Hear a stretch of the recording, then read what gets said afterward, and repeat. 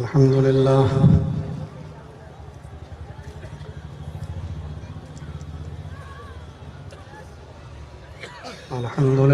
نحمده ونستعينه ونستغفره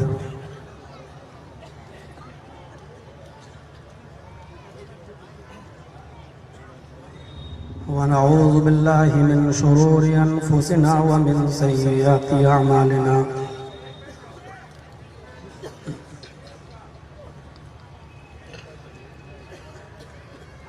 من يهدي الله فلا مضل له ومن يضلل فلا هادي له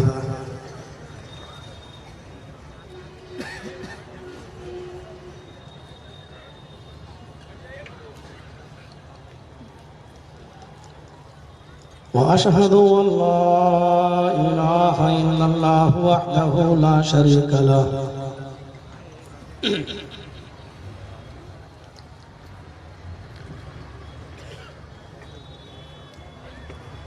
وأشهد أن محمدًا عبده ورسوله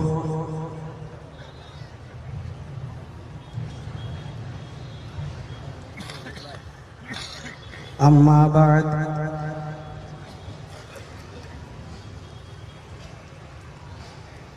فإن خير الحديث كتاب الله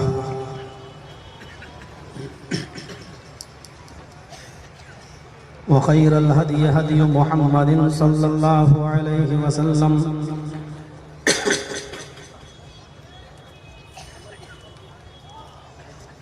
وشر الأمور محدثاتها وكل محدثة بدعة وكل بدعة ضلالة وكل ضلالة في النار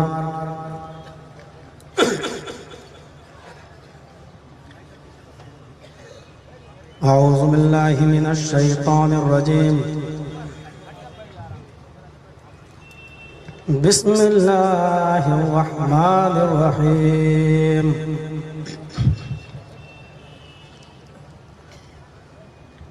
وما محمد إلا رسول قد خلت من قبله الرسل أفإن مات أو قتل انقلبتم على أعقابكم ومن ينقلب عقبيه فلن يضر الله شيئا رب اشرح لي صدري ويسر لي أمري واحلل عقدة من لساني يفقهوا قولي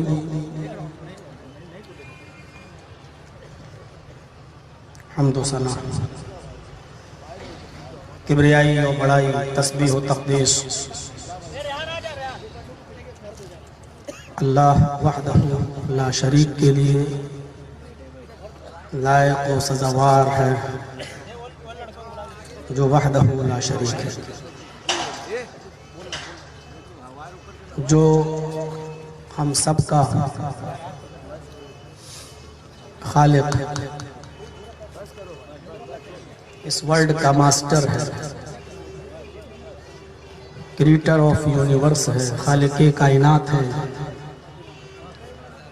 رب العرش العظیم ہے، جس کی بے شمار نعمتیں ہمیں اور آپ کو نصیب ہوئی ہیں، جن کو گننا شمار کرنا انسان کے بس کی بات نہیں ہے۔ ان تعدوا نعمت اللہ لا تحصوها، میرے بندو میری نعمتوں کو شمار کرنا چاہو تو نہیں کر سکتے۔ اس نے ہمیں اور آپ کو انسان بنایا، سب سے اچھی مخلوق، لقد خلقنا الانسان فی احسن تقویم۔ اس نے ہمیں اور آپ کو مسلمان بنایا، کنتم خیر امت اخرجت للناس، سب سے بہترین امت میں اس نے ہمیں اور آپ کو پیدا کیا۔ اس نے ہمیں اور آپ کو کائنات کا سب سے اچھا سنجیدہ مذہب اس نے ہمیں اور آپ کو عطا فرمایا، اسلام۔ ان الدین عند اللہ الاسلام، اس نے ہمیں اور آپ کو جناب محمد رسول اللہ صلی اللہ علیہ وسلم کا امتی ہونے کا شرف بخشا، جو سید الانبیاء ہیں، رحمت للعالمین، سید ولد آدم۔ ہماری دعا ہے اللہ تعالیٰ سے کہ الہ العالمین قیامت کی صبح تک ہمیں انہی کے بتائے ہوئے طریقے پر چلنے کی توفیق عطا فرما، اور جب بھی ہمارا خاتمہ ہو تو ایمان پر ہمارا خاتمہ فرما۔ ہماری دعا ہے اللہ سے کہ بار الہ قیامت کی صبح تک درود و سلام کے بے شمار پھولوں کی بارش فرما، بالخصوص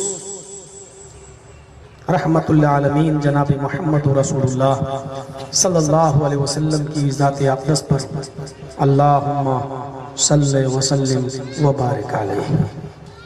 متعدد اور مختلف علماء سے آپ نے بڑے اچھے موضوعات پر گفتگو سماعت فرمائی، جس میں ممبئی کے علماء بھی شامل ہیں، باہر سے آئے ہوئے، ممبئی کے باہر سے آئے ہوئے عالم بھی شامل ہیں۔ اللہ تعالی ہمیں عمل کی توفیق عطا فرمائے۔ کل خطاب تھا اصلاح معاشرے پر، اور آج یہاں کی کمیٹی کی طرف سے جو ٹاپک ملا، نبی اکرم صلی اللہ علیہ وسلم کی زندگی کے آخری ایام، آخری حالات، یہ بڑا ہی عبرتناک موضوع ہے، اور یہ سچ ہے کہ جب کائنات کی اتنی بڑی ہستی بھی اس دنیا میں ہمیشہ نہیں رہی اور ان کو بھی یہ دنیا چھوڑ کر جانا پڑا، تو ہماری اور آپ کی حیثیت کیا ہے؟ میں اپنی بات کی شروعات حضرت عائشہ صدیقہ رضی اللہ تعالی عنہا کے اس خواب سے کرتا ہوں جس کو امام احمد نے نقل کیا ہے اور علامہ شاکر نے اس کو صحیح قرار دیا۔ حضرت عائشہ صدیقہ فرماتی ہیں کہ جب میرا نکاح نبی اکرم صلی اللہ علیہ وسلم کے ساتھ ہوا، میری عمر تھی 6 سال، اور جب میری رخصتی ہوئی، میری ودا ہوئی، میں نبی اکرم کے گھر گئی تو اس وقت عمر تھی میری 9 سال۔ 6 اور 9 اس عمر پر دشمنان اسلام نے بڑے کچوکے لگائے ہیں، بڑے اعتراضات کیے ہیں۔ یہ موقع نہیں ہے ان اعتراضات کا جواب دینے کا۔ آپ جانتے ہیں کہ ممبئی بڑا سسٹم کی جگہ ہے، اور یہاں انسان اپنی روزمرہ زندگی سے زیادہ یہاں کے نیم اور یہاں کے قانونوں کی پابندی کرتا ہے۔ یہ کوئی بہار و بنگال نہیں کہ 1 گھنٹہ زیادہ کھینچ لو، 2 گھنٹہ زیادہ کھینچ لو، صبح فجر تک جلسے چل جائیں۔ یہ ممبئی ہے، اور ہمیں قانون کو اپنے ہاتھ میں نہیں لینا چاہیے۔ میرے بھائیوں، حضرت عائشہ کہتی ہیں کہ میری پہلی رات تھی، اور میں نبی اکرم صلی اللہ علیہ وسلم کے ساتھ سوئی ہوئی تھی کہ میں نے رات میں خواب دیکھا۔ میں نے رات میں خواب دیکھا، رأیت 3 اقمار سقطن فی حجرتی۔ میں نے آسمان کے اوپر چمکتے ہوئے 3 چاند دیکھے، اور وہ تینوں چاند یک بعد دیگرے میرے حجرے میں گر گئے۔ میں جس حجرے میں نبی اکرم صلی اللہ علیہ وسلم کے ساتھ لیٹی ہوئی تھی، میں نے دیکھا کہ وہ تینوں چاند میرے حجرے میں گرے، پہلے ایک، اس کے بعد دوسرا، اس کے بعد تیسرا۔ میں اٹھی، نبی اکرم صلی اللہ علیہ وسلم سے خواب کی تعبیر جاننا چاہیے، لیکن پہلی رات تھی، پہلی آمد تھی، پہلی ملاقات تھی، اس لیے میں نے اس خواب کو نبی اکرم سے ذکر نہیں کیا۔ میں نے اپنے گھر جا کر اس خواب کو میں نے اپنے والد محترم ابو بکر صدیق کو بتایا۔ حضرت ابو بکر صدیق نے مجھ سے خاموش رہنے کے لیے کہا اور فرمایا، میری بیٹی اس خواب کو تم اللہ کے رسول سے مت معلوم کرنا، اس خواب کی تعبیر تمہیں نبی اکرم سے پوچھنے کی ضرورت نہیں ہے، اور ابھی یہ خواب تمہارا پورا نہیں ہوا، نہ ہوگا۔ عائشہ، جب اس خواب کی تعبیر ہوگی اور یہ خواب تمہارا پورا ہوگا تو میں تمہیں خود ہی بتا دوں گا کہ عائشہ، تم نے جو خواب دیکھا تھا اس کی یہ تعبیر تھی۔ حضرت عائشہ فرماتی ہیں، اس کے بعد میں نے اپنے اس خواب کو نبی اکرم صلی اللہ علیہ وسلم کی زندگی میں نہیں پوچھا، آپ سے اس کا ذکر نہیں کیا۔ میں 9 سال کی تھی جب نبی کی بیوی بن کر نبی کے گھر گئی، اور 18 سال کی تھی تب ہمارے نبی محمد رسول اللہ ہمارے شوہر اس دنیا سے چل بسے۔ 9 سے لے کر 18 سال میں نبی کے ساتھ رہی، 10 11 12 13 14 15 16 17 18 9 کی تھی اور 18 سال کی ہوئی۔ 9 کی تھی تو گھر گئی، 18 کی تھی تو میرے شوہر مجھے چھوڑ کے چلے گئے۔ اس 9 سال کی زندگی میں پھر میں نے اپنے خواب کو نہ تو اپنے ابو سے پوچھا، نہ میں نے اپنے شوہر محمد رسول اللہ صلی اللہ علیہ وسلم سے جاننے کی کوشش کی، کیونکہ میرے باپ نے منع کر دیا تھا، اور دھیرے دھیرے میں اس خواب کو بھول بھی گئی، مجھے یاد بھی نہیں رہا۔ لیکن حضرت ابو بکر صدیق اس خواب کی تعبیر سمجھ گئے، سختی سے فرمایا کہ اے میری بیٹی، مجھ پر ایک احسان کرنا، اس خواب کو کبھی محمد رسول اللہ صلی اللہ علیہ وسلم سے بیان مت کرنا، جب یہ خواب تمہارا پورا ہوگا تو میں تمہیں بتا دوں گا کہ اب یہ تمہارے خواب کی تعبیر ہے۔ نبی اکرم صلی اللہ علیہ وسلم 13 سال اپنی نبوی زندگی مکے میں پوری کیے، اور وہاں پریشان ہو کر آپ وہاں سے نکلے، مدینے میں آئے، اور 10 سال آپ نے اپنی نبوی زندگی مدینے میں پوری کی۔ آپ نے دعوت و تبلیغ کا فریضہ انجام دیا۔ خطبہ حجۃ الوداع میں آپ نے کئی چیزوں کی طرف اشارہ کیا۔ آپ نے مسلمانوں کے خون کی، مسلمانوں کے مال کی عزت و احترام کو باقی رکھا، اس پر لیکچر دیا۔ زمانے جاہلیت کے تمام امور کو آپ نے اپنے پیروں سے روند ڈالا، زمانے جاہلیت کے خون خرابے کو اپنے پیروں سے روند ڈالا، زمانے جاہلیت کے سود اور بیاج کو اپنے پیروں سے روند ڈالا۔ آپ نے عورتوں کے تعلق سے بڑی اچھی نصیحتیں کی۔ آپ نے قرآن کریم کو مضبوطی سے پکڑے رہنے کی وصیت بھی فرمائی، نصیحت بھی کی۔ مختلف باتیں، مختلف چیزیں آپ نے بتائیں، اور بتانے کے بعد آپ نے خطبہ حجۃ الوداع کے موقع پر ایک بات آپ نے یہ بھی کہی تھی، وہ تقریباً 1 لاکھ سے اوپر کا مجمع تھا۔ مختلف سیرت نگاروں نے مختلف باتیں بیان کی ہیں، کسی نے کہا 1,24,000 کا مجمع، کسی نے کہا 1.25 لاکھ کا مجمع، کسی سیرت نگار نے لکھا 1,44,000 کا مجمع، لیکن یہ کنفرم ہے کہ 1 لاکھ سے زیادہ کا مجمع تھا۔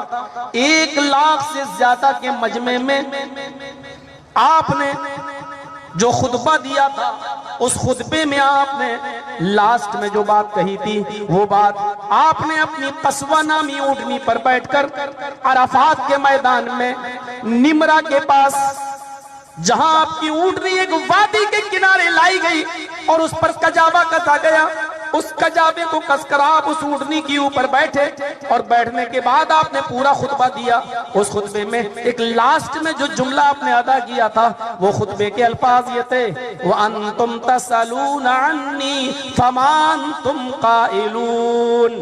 اے صحابیوں، اے میرے ساتھیوں، ان قریب تم سے اللہ تعالیٰ میرے بارے میں سوال کرے گا، میرے پیغام کے بارے میں سوال کرے گا، میرے دین کی حیثیت کے تعلق سے بات کرے گا، تم سے پوچھے گا میں نے محمد کو جو ذمہ داری دے کر بھیجا تھا اس نے اپنی ذمہ داری پوری کی یا نہیں کی، میں نے اللہ کے پیغام کو تم تک پورا پہنچایا یا نہیں پہنچایا۔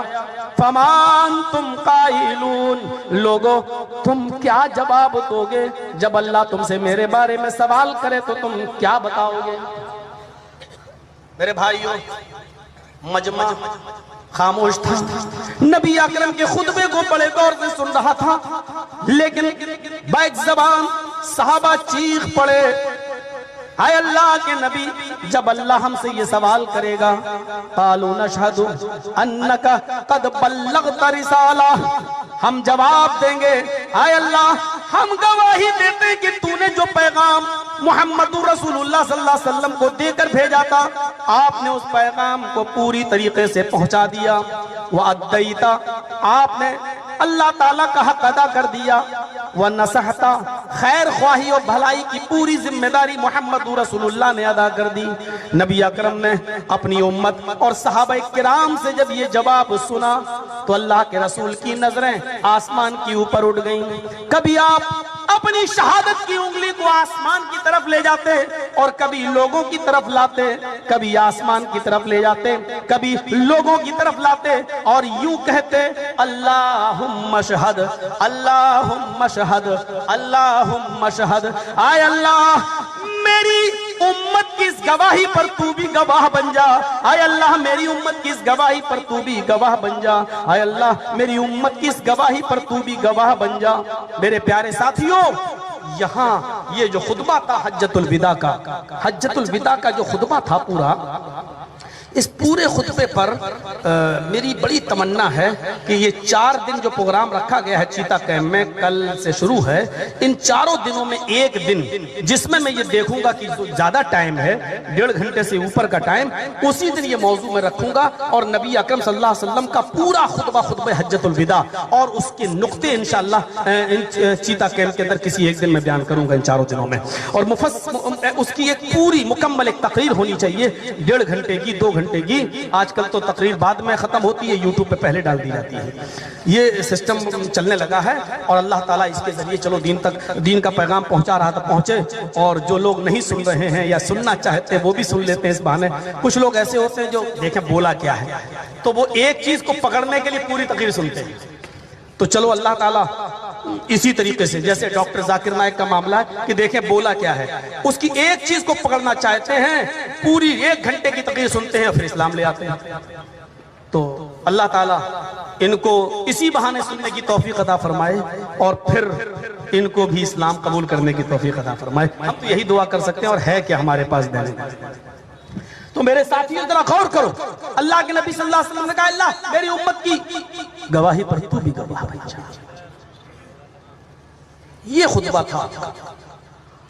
اور اس خطبے کے بعد الوداعی آثار نبی اکرم صلی اللہ علیہ وسلم کے ظاہر ہونے لگے۔ آپ کو معلوم ہے یہ خطبہ 9 تاریخ کو دیا گیا تھا عرفات کے میدان میں، اس کے بعد 10 ذی الحجہ آتی ہے اور 10 ذی الحجہ کو صرف ایک جمرے پر جا کر کنکری ماری جاتی ہے، 10ویں ذی الحجہ کو جمرہ عقبہ پر سب سے بڑے والے شیطان جس کو بولتے ہیں وہاں پر کنکری ماری جاتی ہے۔ زوال سے پہلے نبی اکرم صلی اللہ علیہ وسلم نے جمرہ عقبہ کے پاس دوسرے دن جا کر 9 کو تو یہ خطبہ دے دیا اور 10 تاریخ کو جمرہ عقبہ کے پاس جا کر آپ نے لوگوں کو خطاب کیا. ذرا غور سے سننا میری بات کو میرے بھائیوں، بڑا دلچسپ موضوع ہے اور جناب محمد رسول اللہ کی زندگی کے آخری ایام ہیں. اللہ کے نبی جناب محمد رسول اللہ صلی اللہ علیہ وسلم نے اس جمرہ عقبہ کے پاس جا کر جمرہ عقبہ پر لوگوں کو مخاطب کر کے فرمایا، لوگوں مجھ سے مناسک حج سیکھ لو، لوگوں مجھ سے حج کے اعمال سیکھ لو، لوگوں حج کا طریقہ اور حج کے ارکان مجھ سے سیکھ لو.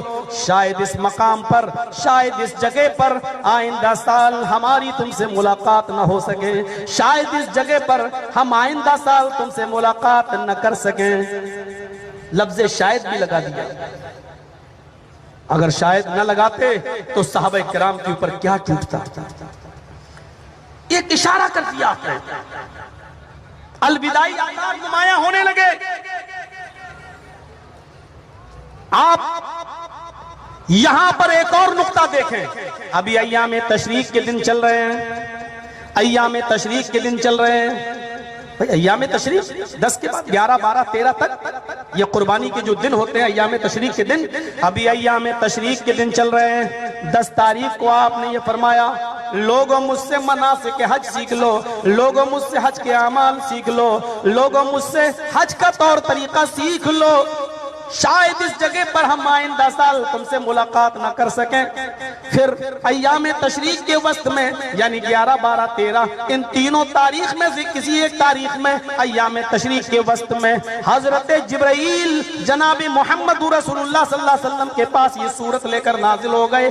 اذا جاء نصر اللہ والفتح، سورہ نصر نازل ہو جاتی ہے. جب سورہ نصر نازل ہوئی تو وہیں سے آپ نے اندازہ لگا لیا. سورہ نصر کے نزول کے بعد آپ کو یقین ہو گیا، آپ نے اندازہ لگا لیا کہ اب اللہ تبارک و تعالیٰ سے ملاقات کا وقت قریب ہے.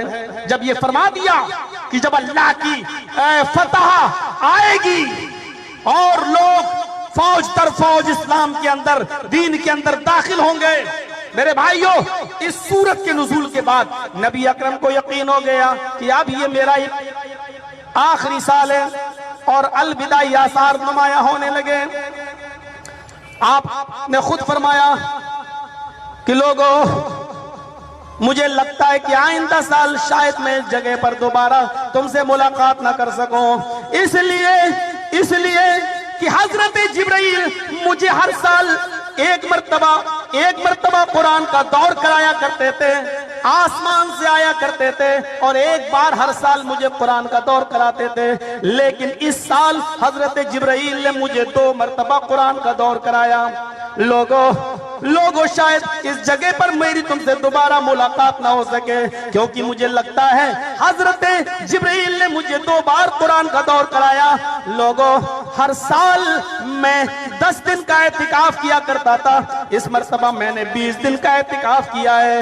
20 دن کا اعتکاف میرے پیارے ساتھیوں، یہیں سے ہم اندازہ لگا سکتے ہیں جناب محمد رسول اللہ کا خطبہ حجۃ الوداع ختم ہوا، حج ختم ہوا اور پھر زیادہ دن نہیں، ذی الحجہ کے بعد ذی الحجہ کے بعد محرم آتا ہے. محرم کا مہینہ سکون کے ساتھ گزر جاتا ہے اور اس کے بعد جب سفر کا مہینہ شروع ہوتا ہے، ذی الحجہ ختم، محرم ختم، سفر شروع.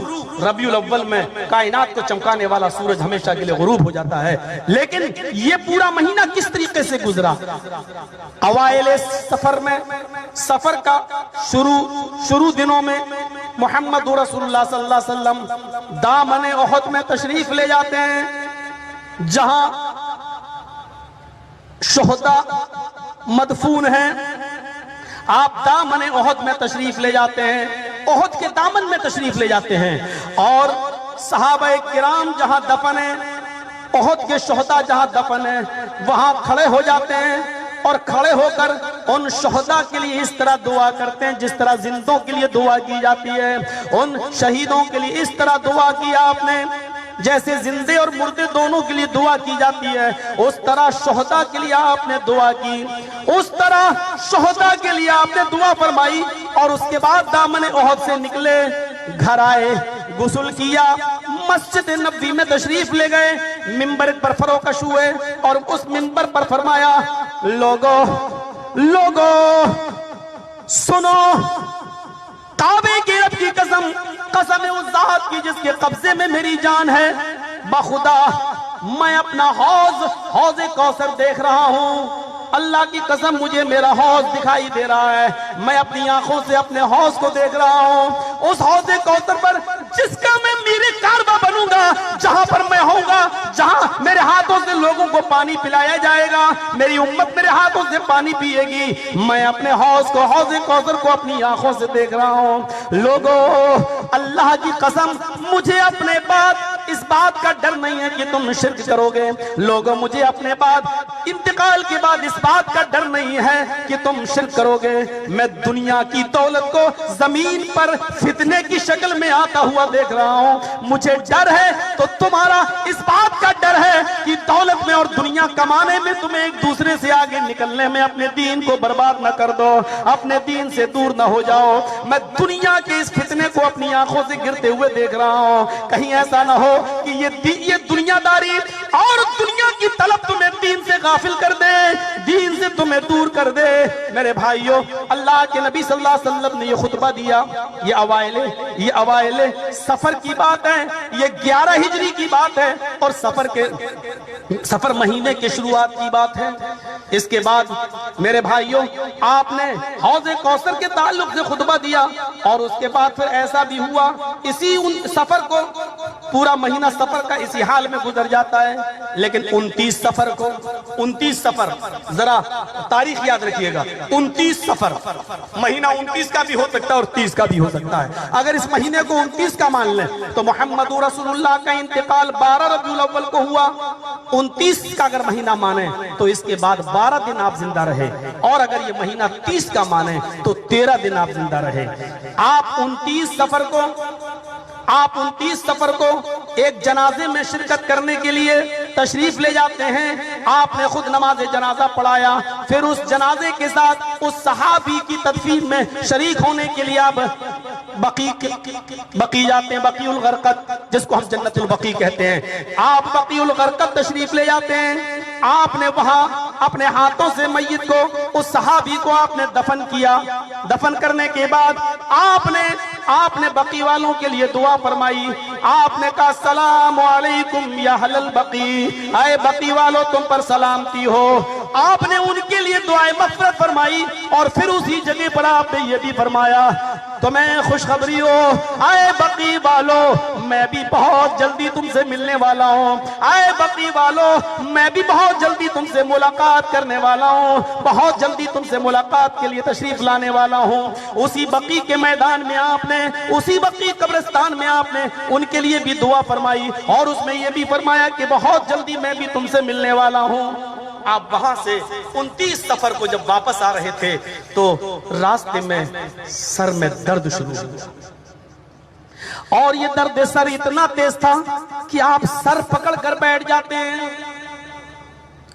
نقشہ کھینچا صاحب الرحیق المختوم صفی الرحمن مبارک پوری رحمت اللہ علیہ نے، آپ سر پکڑ کر بیٹھ جاتے ہیں۔ آپ کو 2 صحابیوں نے، حضرت عباس نے یا ان کے بیٹے فضل نے، اور دوسرے صحابی حضرت علی نے آپ کو اٹھایا اور سہارا دے کر آپ کو آپ کے گھر لایا گیا۔ اب سنیے، جب آپ گھر میں آئے تو حضرت عائشہ کو نہیں معلوم تھا، بخاری کے صفحات پر یہ منظر دیکھیے، جب گھر تشریف لائے تو آپ کو نہیں معلوم تھا کہ میری بیوی عائشہ کے سر میں بھی درد ہو رہا ہے، اور عائشہ کو یہ نہیں معلوم تھا کہ جنت البقیع سے یہ تشریف لائیں گے تو ان کے سر میں درد ہو رہا ہوگا۔ جیسے گھر میں داخل ہوتے ہیں تو حضرت عائشہ اپنا سر پکڑے بیٹھی ہوئی تھی اور کہہ رہی تھی، ہائے میرا سر کا درد، ہائے میرا درد سر، ہائے میرا سر پھٹا۔ اللہ کے نبی نے ان کے سر کی کیفیت دیکھی تو فرمایا، عائشہ میرے سر کا بھی یہی حال ہے، لگتا ہے کہ میرا سر درد کی وجہ سے پھٹ نہ جائے۔ پھر آپ حضرت عائشہ کے پاس بیٹھ گئے، میاں بیوی کی بے تکلفی ہے، آپ نے اس بے تکلفی کے انداز میں آپ نے فرما دیا عائشہ تجھے غم کس بات کا ہے؟ اگر اس درد سر سے تیرا انتقال ہو جائے، تو اگر مر بھی گئی، تیری موت بھی ہو جائے، تو تجھے فکر کس بات کی ہے؟ کیا کہہ رہے ہیں؟ سوچا کہ سر میں درد ہے، ان کا منورنجن کر دوں۔ میاں بیوی کا رشتہ کوئی صرف جسمانی تعلق تک محدود نہیں ہوتا ہے، میاں بیوی کا رشتہ ایک دوستانہ رشتہ ہوتا ہے، میاں اور بیوی سے بہتر دوست ہو ہی نہیں سکتے۔ تو اللہ کے رسول نے ان کا منورنجن کرنے کے لیے کہ شاید میں ان کو ہنساؤں تو یہ ہنس دیں اور سر کا درد بند ہو جائے، تو فرمایا عائشہ اگر تم مر جاتی تو کتنا اچھا ہوتا۔ کیا درد؟ تو حضرت عائشہ کیا مر جاتی؟ ہاں۔ اب انہوں نے بھی منورنجن میں کیا کہا؟ ہاں میں تو، آپ تو چاہتے ہی ہیں میں مر جاؤں، ہاں میرے مرنے کے بعد کوئی خوبصورت سوکن جو آ جائے گی، آپ اس کو جو لے آئیں گے، آپ اس کو میری جگہ پر اس گھر میں اس حجرے میں آپ اس کو جگہ دیں، آپ تو چاہتے ہی ہیں۔ آپ نے ہنستے ہوئے آپ ہنس پڑے اور آپ نے ہنستے ہوئے فرمایا نہیں عائشہ، میرا مقصد یہ نہیں ہے، میں یہ نہیں چاہتا ہوں کہ تمہارے مرنے کے بعد کوئی سوکن میرے گھر میں آئے۔ عائشہ میں نے تو اس لیے کہا ہے اگر آج اس درد سر میں تم مر جاتی تو کتنا اچھا ہوتا، میں تمہیں اپنے ہاتھ سے غسل دیتا۔ صرف ایک مسئلہ اٹھا ہے، طلاق ثلاثہ کا، سپریم کورٹ تک پہنچا ہے۔ میں تو چاہتا ہوں ہر مسئلہ اٹھ کے وہاں تک جائے، کیونکہ اب تو یہ اٹھے گا ہی نہیں، ہم لوگوں میں تو طے ہوگا ہی نہیں۔ اللہ تعالیٰ یہ کام غیروں سے، جب عبد المطلب نے منع کر دیا نہیں نہیں میرے اونٹ مجھے واپس کر دو، نہیں نہیں مجھے نہیں، میں نہیں جانتا، جس کا خانہ کعبہ وہ خود اس کو بچا لے گا، تو اللہ نے ابابیل سے اس کی حفاظت فرمائی۔ اسلامی اصول و قوانین کو جب تم اپنے پیروں سے روندو گے اور اس پر عمل نہیں کرو گے تو اللہ تعالیٰ جس دوسرے سے بھی کام لینا جانتا ہے، اور کن سے کام لیا طلاق ثلاثہ کو غیر قانونی کہلوانے کا، جو اسلام کے سب سے بڑے دشمن ہیں۔ آپ دیکھ لیجئے، اللہ کرے کہ حلالے کا مسئلہ بھی اٹھے اور جائے سپریم کورٹ، اللہ کرے کہ شوہر بیوی کو غسل دے سکتا ہے یا نہیں اور بیوی شوہر کو دے سکتی ہے، یہ بھی مسئلہ جائے، ہم میں اور تم میں بیٹھ کے تو حل ہوں گے نہیں، شاید یہیں سے حل ہو جائیں، اللہ ان سے بھی کام لینا جانتا ہے۔ تو حضرت عائشہ، اللہ کے نبی فرماتے ہیں، بخاری کے صفحات پر منظر دیکھو، بخاری کے صفحات پر منظر دیکھو، اللہ کے نبی نے فرمایا عائشہ کتنی خوش نصیب ہوتی تم اگر تمہارا انتقال ہو جاتا، میں تمہیں اپنے ہاتھوں سے غسل دیتا، میں تمہیں کفن پہناتا، یہاں تو شکل تک نہیں دیکھنے دی جاتی، غسل دینا تو بہت دور کی بات، قیامت برپا ہوئی، غسل دے دیا، طلاق ہو گئی، نکاح کے بعد تو مرنے کے بعد تو نکاح ٹوٹ جاتا، دے دیا، اور یہاں تو قیامت برپا ہو جائے گی، قیامت۔ بخاری کے صفحات پر پڑھیے، حضرت محمد رسول اللہ کہہ رہے ہیں عائشہ اگر تم انتقال کر جاتی میری زندگی میں اس بیماری میں تو میں تمہیں اپنے ہاتھ سے غسل دیتا، اور غسل ہی نہیں دیتا میں تمہیں کفن بھی پہناتا، میں تمہاری جنازے کی نماز بھی پڑھتا، میں تمہاری دعائیں مغفرت بھی کرتا، میں قبر میں اترتا، میں تمہیں اپنے ہاتھوں سے قبر میں اتارتا، تمہیں مٹی بھی دیتا اور تمہاری مغفرت کی دعا بھی کرتا۔ عائشہ تیرے نصیبے کا کیا کہنا ہوتا، عائشہ تیری قسمت کا کیا کہنا ہوتا، آپ یہ بات بتائیے۔ اور اس کے بعد آپ روزانہ پوچھتے رہے انتقال سے 11 دن پہلے آج میری باری کہاں ہے، جہاں ہوتی تھی وہاں پہنچا دیا گیا، دوسرے دن پوچھا 10 دن پہلے آج میری باری کہاں ہے، جہاں تھی بتا دیا گیا، 9 دن پہلے آج میری باری کہاں ہے، جس کے یہاں تھی پہنچا دیا گیا، 8 دن پہلے آج میری باری کہاں ہے، جس کے یہاں تھی پہنچا دیا گیا، 7ویں دن انتقال سے 7 دن پہلے آپ کی طبیعت میں کچھ زیادہ ناسازگی آئی، درد کا سر بڑھ گیا، بخار کی وجہ سے سر میں آپ نے پٹی باندھ لی، پٹی باندھے ہوئے تھے سر میں اور پوچھ رہے تھے کہ میری باری کہاں ہے، بار بار پوچھتے جا رہے تھے میری باری کہاں ہے، بتایا آج آپ کی باری عائشہ کے گھر میں۔ ساری بیویاں سمجھ گئی اللہ کے نبی صلی اللہ علیہ وسلم کو اسی باری کا انتظار تھا، اور وہ یہ بھی سمجھ گئی اشاروں سے کہ اللہ کے نبی اپنی اسی بیوی کے گھر میں رہنا چاہتے ہیں، لیکن بے انصافی کیسے کریں؟ استفہامیہ نظریں اٹھتی ہیں بیویوں کی طرف۔ اگر تمہاری اجازت ہو تو میں عائشہ کے گھر ہی میں کچھ دن رہ لوں۔ ساری بیویاں اجازت دے دیتی ہیں خوشی خوشی، ہاں ہاں ٹھیک ہے، آپ حضرت عائشہ کے حجرے میں رہیے۔ حضرت عائشہ بیان کرتی ہیں انتقال سے 7 دن پہلے محمد رسول اللہ کو ایک بیوی کے حجرے سے میرے حجرے میں اس طرح لایا گیا کہ ایک طرف فضل ابن عباس تھے اور دوسری طرف حضرت علی تھے۔ دونوں نے اپنے اپنے کاندھوں پر نبی اکرم کو اٹھا رکھا تھا، آپ کے پیر زمین پر گھسٹ رہے تھے۔ بخاری باب منزل نبی صلی اللہ علیہ وسلم کے اندر پورا منظر دیکھ لیجئے۔ اس حال میں نبی اکرم میرے گھر میں داخل ہوئے، میرے حجرے میں، کہ ایک طرف حضرت ابن عباس تھے اور دوسری طرف حضرت علی تھے، اور یہ دونوں سہارا دیے ہوئے تھے۔ نبی اکرم کے سر پہ پٹی بندھی ہوئی تھی اور پیر زمین کے اوپر گھسٹ رہے تھے۔ اس حال میں آپ میرے حجرے میں داخل ہوئے، میں نے اپنے بستر پر محمد رسول اللہ کو آرام سے لٹا دیا، میں نے ان کو اپنی ران کے اوپر ان کا سر رکھ لیا، میں ان کے اوپر معوذات پڑھتی جاتی۔ نبی اکرم نے مجھے جو دعائیں سکھلائی تھی میں ان دعاؤں کو پڑھتی جاتی، اور برکت کے طور پر نبی اکرم کے ہاتھ میں دم کر کے اور نبی کے ہاتھ کو ہی ان کے پورے جسم پر پھیرتی جاتی۔ یہ 7 دن پہلے محمد رسول اللہ صلی اللہ علیہ وسلم اپنے گھر حضرت عائشہ صدیقہ کے پاس تشریف لاتے ہیں۔ ہاں اب سنیے، جب تشریف لے آئے تو آپ نے خواہش ظاہر کی۔ 7 دن پہلے آپ نے خواہش ظاہر کی کہ تو بخار تو بہت تیز ہے، میرا جسم چلا جا رہا ہے، سر میں درد بہت تیز ہے، مجھے مختلف کنووں کے پانی سے نہلائیے، میرے لیے مختلف کنووں کا پانی لایا جائے۔ 7 کنووں کا پانی لایا گیا۔ حضرت عائشہ فرماتی ہیں ایک برتن تھا حضرت میمونہ کے گھر میں، اس کو ہم لوگ لگن بولا کرتے تھے، اس برتن کو لگن کہا جاتا ہے۔ اس لگن کو لایا گیا اور اس لگن میں اللہ کی ٹب کی طرح تھا، اس ٹب کو رکھ دیا گیا، اس پر نبی اکرم صلی اللہ علیہ وسلم کو بٹھا دیا گیا۔ پھر اللہ کے نبی صلی اللہ علیہ وسلم کے اوپر 7 کنووں کا پانی ڈالا گیا۔ اس دن آپ طبیعت سے نہائے، 7 کنووں کا پانی نبی اکرم کے اوپر ڈالا گیا، اور آپ اتنا نہائے اتنا نہائے اتنا نہائے کہ آپ خود ہی کہنے لگے بس کرو، آج میں طبیعت سے نہایا ہوں، آج میں نے طبیعت سے غسل کیا ہے۔ اللہ کے نبی صلی اللہ علیہ وسلم غسل کر چکے، تھوڑا سا ہلکا محسوس کرتے ہیں اپنے آپ کو، بخار میں کچھ کمی آتی ہے۔ آپ مسجد کے اندر تشریف لے گئے، آپ نے وہاں جا کر نماز پڑھائی، آپ نے وہاں جا کر نماز پڑھائی، اور نماز پڑھانے کے بعد بیٹھ کر خطبہ دیا، وہاں آپ نے بیٹھ کر خطبہ دیا۔ اب یہ تو خطبے میں آپ نے کچھ نصیحتیں کی، کچھ وصیتیں کی، اور نصیحتیں کرنے کے بعد محمد رسول اللہ صلی اللہ علیہ وسلم اپنے گھر تشریف لے آتے ہیں، اپنے حجرے میں آتے ہیں۔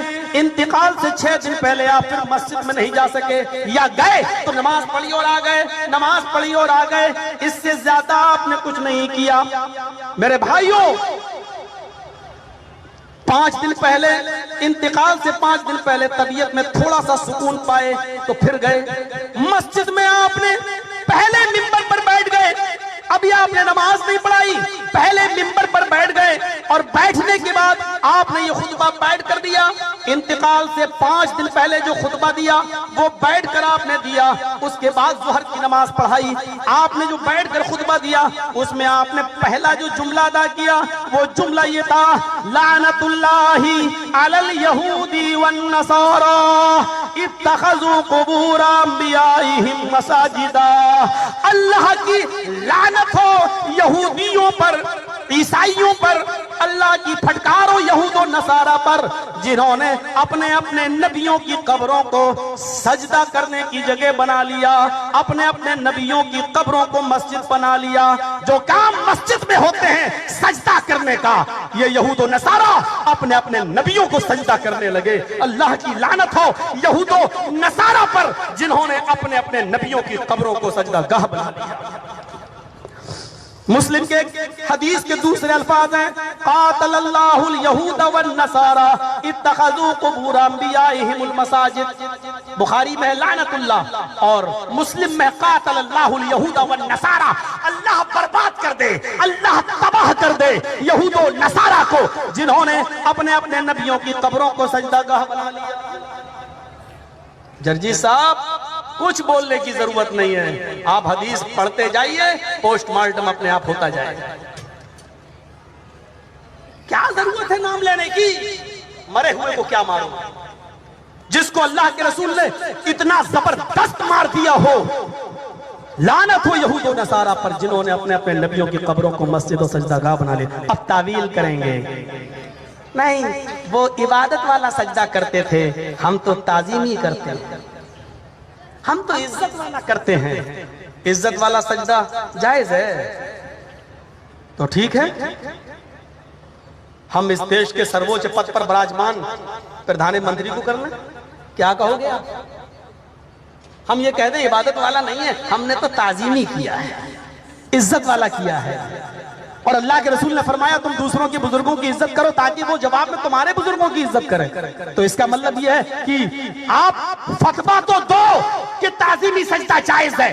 اگر تعظیمی سجدہ جائز ہے تو عیسائی بھی تو عیسیٰ کو تعظیمی سجدہ کرتا ہے، پھر کافر کیوں ہے؟ یہودی بھی تو موسیٰ کو تعظیمی سجدہ کرتا ہے، پھر وہ ناجائز کیوں ہے؟ ہندو بھی تو کرشن جی اور رام چندر جی کو اور مورتیوں کو تعظیمی سجدہ کرتے ہیں، وہ بھی تو ان کی بھکتی اور عبادت نہیں کرتے ہیں، تو پھر وہ ناجائز کیوں ہیں؟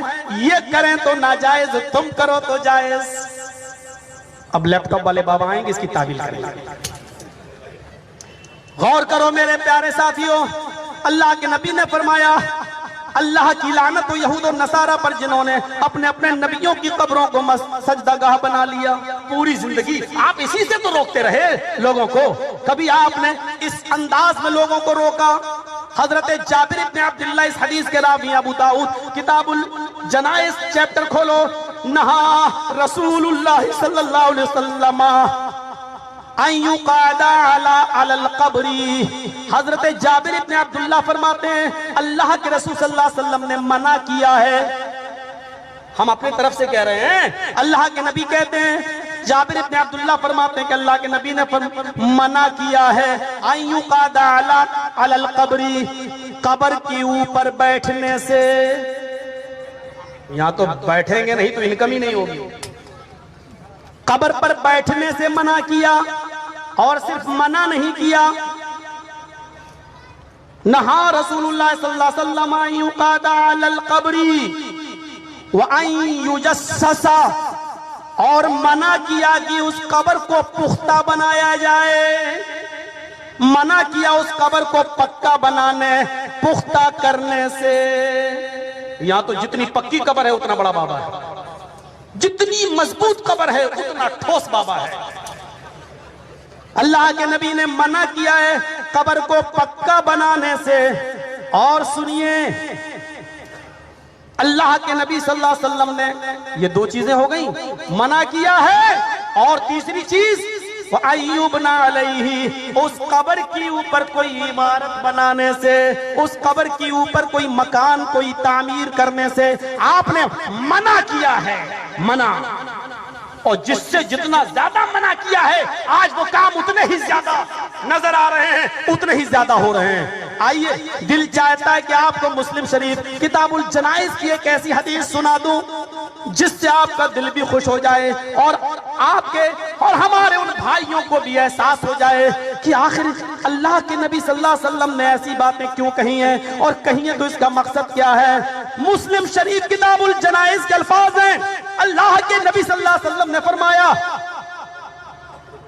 لَأَن يَجْلِسَ أَحَدُكُمْ إِلَى جَمْرَةٍ، تم لوگوں میں سے کوئی شخص اگر آگ کے کسی انگارے پر بیٹھ جائے، آگ کے انگاروں پر بیٹھ جائے، تم لوگوں میں سے اگر کوئی شخص آگ کے انگاروں پر بیٹھ جائے، فَتُحْرِقَ ثِيَابَهُ، اور وہ آگ کے انگارے اس کے کپڑوں کو جلا کر راکھ کر دیں۔ آگ کے انگاروں پر کوئی بیٹھ جائے تم لوگوں میں سے اور وہ آگ کے انگارے اس کے پورے کپڑوں کو فَتُحْرِقَ ثِيَابَهُ اور وہ آگ اس کے پورے کپڑوں کو جلا دے، جلا کر راکھ کر دے، اور فَتَخْلُصَ إِلَى جِلْدِهِ اور وہ آگ کپڑوں کے ساتھ ساتھ اس کے جسم کو بھی جھلسا دے۔ بھائی ہم آگ پہ بیٹھ رہے ہیں تو آگ پر بیٹھیں گے تو کپڑے جلیں گے اور کپڑوں کے بعد پھر ہمارا جسم بھی جلے گا۔ اللہ کے نبی کیا کہتے ہیں؟ تم لوگوں میں سے کوئی آدمی آگ کے انگاروں پر بیٹھ جائے، اور مسلم کی حدیث ہے، آگ کے انگاروں پر بیٹھ جائے اور اس کے کپڑے جل جائے، اس کی کھال جھلس جائے، میری نظر میں یہ بہتر ہے، خیر من، میری نظر میں بہتر ہے کس بات سے؟ یجلس علی قبر، کہ کوئی آدمی کسی قبر پر بیٹھے، یعنی قبر پر بیٹھے، اس سے بہتر ہے کہ وہ کسی آگ پر بیٹھ جائے اور آگ اس کے کپڑوں کو جلا دے اور اس کے کھال کو جلا دے۔ میری نظر میں یہ آدمی بہتر ہے، لیکن وہ آدمی اس سے بھی زیادہ بدتر ہے، اس سے بھی زیادہ برا ہے، اس سے بھی زیادہ وہ آدمی گھٹیا ہے جو کسی قبر پر بیٹھ جائے۔ آئے اونچی قبروں پر مجاور بن کر بیٹھنے والوں، سیدھے سادھے مسلم بھائی بہنوں کی جیبوں کو نوچنے والوں، جنتی دروازوں کے نام پر سونے کی چینیں کھینچنے والوں، تمہیں اللہ کے رسول صلی اللہ علیہ وسلم نے یہ پیغام دیا ہے کہ آگ کے انگاروں پر بیٹھ جانا، اپنے کپڑوں کو جلوا لینا اور اپنے جسم کو جھلسوا لینا یہ بہتر ہے، لیکن قبر پر بیٹھنا بہتر نہیں ہے۔ گوئنٹی والوں سوچ سمجھ کے بلانا ہے اندر ساتھ۔ میں تو بولوں ایک دروازہ بند ہوتا ہے تو اللہ 100 دروازے کھولتا ہے، یقین نہ آئے تو دیکھ لو، اور اللہ تکبر سے بچائے۔ 2019 میں بھی ایک دن خالی نہیں ہے، پورا بک ہے، بھرا پڑا ہے۔ ذالک فضل اللہ یؤتیہ من یشاء۔ آپ نہیں سنیں گے تو دوسرے سنیں گے، حق بات سنیں گے۔ دروازے کھلے ہوئے ہیں، اللہ ایک بند کرتا ہے 100 کھولتا ہے، اور میں اپنے لیے تھوڑی کر رہا ہوں۔ سنیے اتنی بڑی بات، پوری زندگی اللہ کے رسول صلی اللہ علیہ وسلم نے اسی کی طرف اشارہ کیا۔ وہ کیسے؟ 5 دن پہلے اللہ کے نبی کیا کہہ رہے ہیں؟ لعنت اللہ علی الیہود والنصارى اتخذوا قبور انبیائہم المساجد۔ اللہ کی لعنت ہو یہود و نصارہ پر جنہوں نے اپنے اپنے نبیوں کی قبروں کو سجدہ گاہ بنا لیا۔ چلیے اس لعنت کے بعد آپ نے ابھی خطبہ ختم نہیں کیا، اس خطبے میں آپ نے کیا فرمایا؟ لوگوں، اشارہ دیکھیے البدائی آساد، لوگوں میں نے اپنی زندگی میں اگر کسی کو کوڑا مارا ہو، کسی کو کے اوپر ہاتھ اٹھایا ہو، آج میں حاضر ہوں وہ اپنا بدلہ لے لے۔ یہاں سوری کہنے میں نانی میں بڑے باپ کا بیٹا، میری عزت کا کچرا نکلتا ہے، میں سوری بولوں؟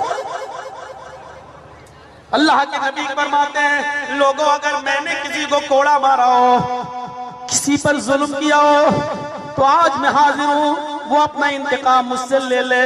اگر کسی سے میں نے کوئی قرض لیا ہو تو وہ اپنا قرض پیش کرے، میں اس کو ادا کر دوں۔ ایک صحابی اٹھے کہنے لگے اے اللہ کے نبی، آپ سے 3 درہم میں نے بطور قرض لیا تھا، آپ سے 3 درہم میں نے قرض کے طور پر لیا تھا، آپ نے مجھ سے لیا تھا، وہ میرا آپ کے اوپر باقی ہے۔ آپ نے فضل ابن عباس سے فرمایا اے فضل جاؤ ان کو یہ دے دو، ان کا 3 درہم ان کو واپس کر دو۔ انہوں نے 3 درہم ہم سے لیے، ہم نے ان سے لیے تھے، وہ 3 درہم ان کو دے دیے۔ بیٹھے ہیں آپ لوگ بھائی، ہمارے پاس خبر آئے گی تو ہم خود بند کر دیں گے۔ آپ چلیے سنیے، میرے ابھی تو چل رہا معاملہ، ابھی تو 5 دن پہلے، 2 دن پہلے، 3 دن پہلے، تو آئیے اب میں شارٹ کی طرف آ رہا ہوں، میں اس طرف لانا چاہتا ہوں آپ کو، اس خواب کی طرف۔ تو حضرت محمد رسول اللہ صلی اللہ علیہ وسلم نے فرمایا کہ اگر میں نے کسی سے کوئی قرض لیا ہو تو وہ لے لے۔ پھر آپ نے اس صحابی کو 3 درہم دلوا دیے۔ اس کے بعد میں آپ نے انصار کے لیے وصیت فرمائی، لوگوں انصار دھیرے دھیرے کم ہوتے جا رہے ہیں، ان کے ساتھ خیر کا معاملہ کرنا۔ جو انصار سے محبت کرے گا وہ ہم سے محبت کرے گا، جو انصار سے نفرت کرے گا وہ ہم سے نفرت کرے گا۔ پھر آپ نے اسی خطبے میں یہ بھی فرمایا لوگوں مجھے دنیا کے خزانے دے دیے گئے، لوگوں میرے سامنے دنیا کے خزانے پیش کر دیے گئے۔ پھر آپ نے اسی خطبے میں یہ بھی فرمایا لوگوں اللہ نے اپنے ایک بندے کو آخرت کی نعمتیں پیش کی اور دنیا کی نعمتیں بھی اس کے سامنے پیش کی اور اختیار دیا، آئے میرے بندے تو دنیا کی نعمتیں چاہتا یا آخرت کی؟ اللہ کے اس بندے نے آخرت کی نعمتوں کو پسند کر لیا۔ جیسے ہی یہ سنا حضرت ابو سعید خدری پھوٹ پھوٹ کے رونے لگے، کر کے آواز تیز ہو گئی۔ جیسی نبی نے یہ فرمایا اللہ نے اپنے ایک بندے کو اختیار دیا، چاہو تو آخرت کی نعمتیں لے لو اور چاہو تو دنیا کی نعمتیں، اللہ کے اس بندے نے آخرت کی نعمتوں کو پسند کر لیا۔ یہ سنتے ہی ابو سعید خدری رونے لگے۔ ایک صحابی کہنے لگے کہ اس کا تو دماغ سٹیا گیا، اللہ کے نبی تو ایک بندے کی بات کر رہے ہیں اور یہ پتہ نہیں کیوں رو رہا ہے، ارے اس کی بات تھوڑی ہو رہی ہے، اللہ کے نبی تو کسی اور کی بات کر رہے ہیں۔ بعد میں پتہ چلا کہ ابو سعید خدری رضی اللہ تعالیٰ عنہ صحیح تھے، وہ سمجھ گئے تھے اللہ کا وہ بندہ جناب محمد رسول اللہ ہے جنہوں نے دنیا کی نعمتوں کو ٹھکرا دیا اور آخرت کی نعمتوں کو انہوں نے پسند کر لیا۔ اسی خطبے میں آپ نے یہ بھی فرمایا انتقال کے 5 دن پہلے لوگوں میں نے سب کا احسان ادا کر دیا، کسی کا کوئی احسان میرے اوپر باقی نہیں ہے سوائے ابو بکر کے، میں ابو بکر کا احسان ادا نہیں کر سکا، ابو بکر کا احسان میرے اوپر باقی ہے۔ اسی خطبے میں آپ نے یہ بھی فرمایا لوگوں اگر اللہ نے مجھے اپنا خلیل نہ بنایا ہوتا تو میں ابو بکر کو اپنا خلیل بناتا۔ اسی خطبے میں آپ نے فرمایا میرے انتقال کے بعد مسجد نبی کی طرف کھلنے والے سارے دروازوں کو بند کر دینا، کوئی ایک دروازہ مت کھلا رہنا سوائے ابو بکر کے دروازے کے، ابو بکر کے دروازے کو کھلا رکھنا، باقی سارے دروازے بند کر دینا۔ میرے پیارے ساتھیوں یہ 5 دن پہلے خطبہ دیا، انتقال سے 4 دن پہلے آپ نے فرمایا لوگوں لاؤ میں تمہارے لیے کچھ تحریر لکھ دوں۔ اس پر کچھ اختلاف ہوا، کچھ لوگوں نے کہا نبی اکرم کی طبیعت ٹھیک نہیں ہے، بعد میں تحریر لکھوا لیں گے جب آپ صحیح ہوں گے، ہمارے لیے اللہ کا قرآن کافی ہے۔ کچھ لوگ کہنے لگے پتہ نہیں نبی اکرم کی وصیت کیا ہے، لکھ لینا ضروری ہے۔ اتنا اختلاف ہوا کہ اللہ کے نبی نے فرمایا ہمارے سامنے سے اٹھ جاؤ۔ پھر اسی انتقال سے 4 دن پہلے آپ نے 3 وصیتیں فرمائیں، آپ نے 3 وصیتیں فرمائیں۔ پہلی وصیت یہ تھی انتقال سے 4 دن پہلے لوگوں یہود و نصارہ کو جزیرۃ العرب سے نکال دینا۔ دوسری وصیت یہ تھی لوگوں وفود دوسرے شہروں سے جب آئیں گے اسلام لانے کی غرض سے تو ان کی ویسی خدمت کرنا اور خاطر مدارات کرنا جیسے میں اپنی زندگی میں کرتا ہوں۔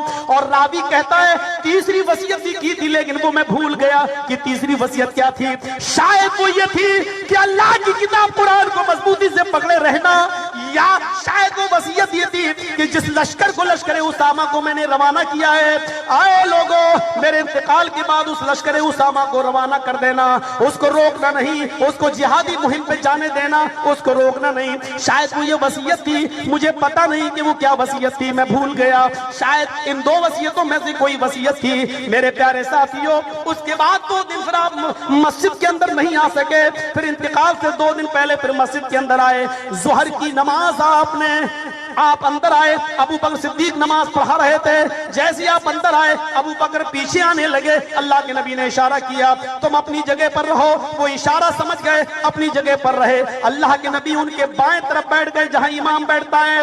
اب منظر یوں تھا کہ اللہ کے نبی نماز پڑھا رہے تھے بیٹھ کر، اس کی اقتدا ابو بکر صدیق کر رہے تھے اور ابو بکر کی اقتدا تمام مصلی و تمام صحابہ کر رہے تھے، یعنی اللہ کے نبی نماز پڑھا رہے تھے، ابو بکر اقتدا کر رہے تھے اور ابو بکر کی اقتدا سارے صحابہ کر رہے تھے۔ یہ منظر نظر آیا، آپ نے یہ ظہر کی نماز پڑھائی اور اس کے بعد پھر آپ نماز نہیں پڑھا سکے، پھر آپ انتقال سے 1 دن پہلے آپ کا معاملہ بالکل عجیب تھا، آپ نے انتقال سے 1 دن پہلے جتنے غلام تھے اللہ کے نبی کے وہ سب آپ نے آزاد کر دیے، 7 درہم اللہ کے نبی کے پاس تھے، ان 7 درہموں کو آپ نے صدقہ کر دیا۔ پھر آپ نے فرمایا لوگوں میری ایک زرہ یہودی کے پاس گروی رکھی ہوئی ہے، اس زرہ کو تم لے لینا، میں نے کوئی 30 سا یعنی 75 کلو جو گئی، بس میں نے اس زرہ کو گروی رکھ دی، میرے پاس کھانے پینے کو نہیں تھا، میں نے 75 کلو جو اس زرہ کی عوض لے لیا تھا، جب میں 75 کلو جو دے دوں تو وہ زرہ تم مجھے دے دینا، میرے پاس 75 کلو جو کا انتظام نہیں ہو سکا، وہ زیرہ 75 کلو جو دے کر لے لینا اور بیت المال میں جمع کر دینا، جہاد کے کام آئے گی۔ میرے بھائیو، وہ رات آخری رات تھی، وہ رات آخری رات تھی۔ جو لوگ نبی اکرم کو دور سے دیکھنے آ رہے تھے وہ بس نبی اکرم سے ملاقات کر کے جا رہے تھے۔ کسی نے کہا عائشہ گھر میں چراغ جلا دو، میں تمہارے نبی سے ملاقات کے لیے آتا ہوں، چہرہ نہیں دیکھ پا رہا ہوں۔ تو حضرت عائشہ نے فرمایا یہ تمہارے نبی ہیں، ان سے کہو کہ گھر میں کیا ہے، 7 درہم دے، وہ بھی صدقہ و خیرات کر دیا۔ میرے گھر میں اتنا تیل نہیں کہ میں چراغ جلا کر تمہیں جناب محمد رسول اللہ صلی اللہ علیہ وسلم سے ملوا سکوں اور نبی کا چہرہ دکھلا سکوں۔ وہ رات کٹ گئی۔ اب سنیے جو منظر دیکھنے کے لائق ہے، فجر کی نماز کا وقت ہے، آپ نے آواز سنی، ابو بکر نماز پڑھا رہے ہیں، پردہ ہٹایا حجرہ عائشہ کا، پردہ ہٹا کر کیا دیکھتے ہیں، حضرت ابو بکر مصلی امامت پہ کھڑے ہیں جہاں اللہ کے رسول کھڑے ہوتے تھے اور سارے صحابہ آپ کے پیچھے نماز پڑھ رہے ہیں۔ جیسی پردہ ہٹا ہوا دیکھا، ابو بکر پیچھے کی طرف ہٹنے لگے، آپ نے خاص کر اشارہ کیا نہیں تم ہی نماز پڑھاؤ۔ اس دن ایسا لگا اللہ کے نبی صلی اللہ علیہ وسلم کا چہرہ تمتما اٹھا، چمک اٹھا۔ آپ نے جب پردہ کھولا تو صحابہ کرام فتنے میں نہ پڑ جائیں، نمازیں توڑنے نہ لگ جائیں، ایسا لگنے لگا کہ اللہ کے رسول کی خیریت اور خبر پوچھنے کے لیے کہیں ٹوٹ نہ پڑیں کہ آپ کیسے ہیں۔ لیکن فوراً یہاں آپ نے اشارہ کر دیا کہ پہلے نماز ادا کرو، اور ابو بکر کو مصلی امامت پہ کھڑا دیکھا تو آپ خوش ہیں اور خوشی سے چہرہ تلملا اٹھا، آپ نے پردہ فوراً چھوڑ دیا۔ صحابہ نے نماز ادا کر لی اور پھر نبی اکرم سے ملاقات کرنے کے لیے چلے آئے۔ اس دن آپ نے کچھ خوشی محسوس کی، لیکن یہ خوشی، یہ صحت زیادہ دیر پائیدار نہ رہ سکی۔ پھر آپ کی طبیعت بگڑ گئی، پھر سورج نکل آیا، پھر آپ کے پاس کوئی دوسری نماز کا وقت نہیں آیا۔ چاشت کے وقت آپ نے حضرت فاطمہ کو بلوایا، حضرت فاطمہ آئی، حضرت فاطمہ نے نبی اکرم کو دیکھا تو چیخ پڑی، واہ کر بابا، آئے میرے ابو کی تکلیف۔ اللہ کے نبی نے فرمایا فاطمہ آج کے بعد تیرے ابو کو کبھی اتنی تکلیف نہیں ہوگی۔ اس کے بعد آپ نے ان سے سرگوشی کی اور کان میں کچھ ان کے راز کی بات کہی، حضرت فاطمہ رونے لگی۔ اس کے بعد آپ نے پھر ان سے سرگوشی کی، حضرت فاطمہ ہنسنے لگی۔ پہلی بار سرگوشی کی تو فرمایا فاطمہ آج کی بات تیرے باپ کو کبھی اتنی تکلیف نہیں ہوگی اور تیرے باپ آج اللہ کو پیارے ہو جائیں گے۔ حضرت فاطمہ رونے لگی۔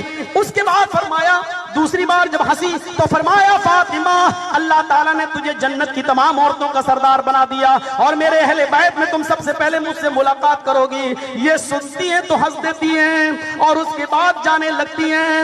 حضرت عائشہ نے پوچھا اے فاطمہ اللہ کے رسول نے ایسے تمہارے کان میں کیا کہا کہ پہلے تم روئی پھر کیا کہا کہ تم ہنسی؟ حضرت فاطمہ نے فرمایا امی عائشہ یہ میرے اور میرے ابو کے درمیان ایک راز کی بات ہے جو میں نہیں بتا سکتی، یہ میرے اور میرے ابو کے درمیان ایک راز ہے جو میں نہیں بتا سکتی۔ لیکن نبی اکرم کے انتقال کے بعد اپنی ماں ہونے کا حق جتا کر حضرت فاطمہ سے پوچھا کہ تمہیں اپنی ماں کا حق ہے، بتاؤ کیا کہا تھا؟ تب حضرت فاطمہ نے نبی کے انتقال کے بعد بتایا تھا کہ پہلی بار جب کہا تھا تو یہ کہا تھا جس پر میں روئی، اور دوسری بار جب میں ہنسی تو یہ کہا تھا جس کی وجہ سے میں ہنسی۔ کوئی یہ بات بتایا، پہلے نہیں بتایا۔ میرے بھائیو آپ نے حضرت فاطمہ کی پیشانی کو بوسہ دیا۔ حضرت فاطمہ نے اپنے ابو کی تکلیف کو دیکھ کر کہا واہ کر بابا، ہائے میرے ابو کی تکلیف۔ حضرت فاطمہ کے جانے کے بعد حسن اور حسین کو بلایا، حضرت حسن اور حسین کو بلا کر بھی آپ نے وصیت فرمائی۔ آپ نے لوگوں کو فرمایا یہ دونوں میرے جگر کے ٹکڑے ہیں، جس نے حسن اور حسین کو ستایا اس نے مجھے ستایا اور جس نے حسن اور حسین سے محبت کی اس نے مجھ سے محبت کی۔ آپ نے ان دونوں کے بارے میں خیر کا معاملہ فرمایا اور اس کے بعد جب یہ دونوں نواسے بھی چلے گئے تو پھر آپ نے صحابہ کو بلایا، جتنے اندر آ سکتے تھے آپ نے ان کو حکم دیا، وصیت فرمائی اقیموا الصلاۃ وما ملکت ایمانکم، لوگوں نماز پڑھتے رہنا اور ماتحتوں کا خیال رکھنا۔ یہ لوگ بھی چلے گئے، آپ نے فرمایا سب ہٹ جاؤ، میری بیویاں میرے پاس رہیں۔ آپ کی ساری ازواج مطہرات آپ کے پاس آ گئیں، ایک ہی کمرے میں بیٹھی ہوئی ہیں۔ نبی اکرم صلی اللہ علیہ وسلم کی جان اکھڑنے لگی۔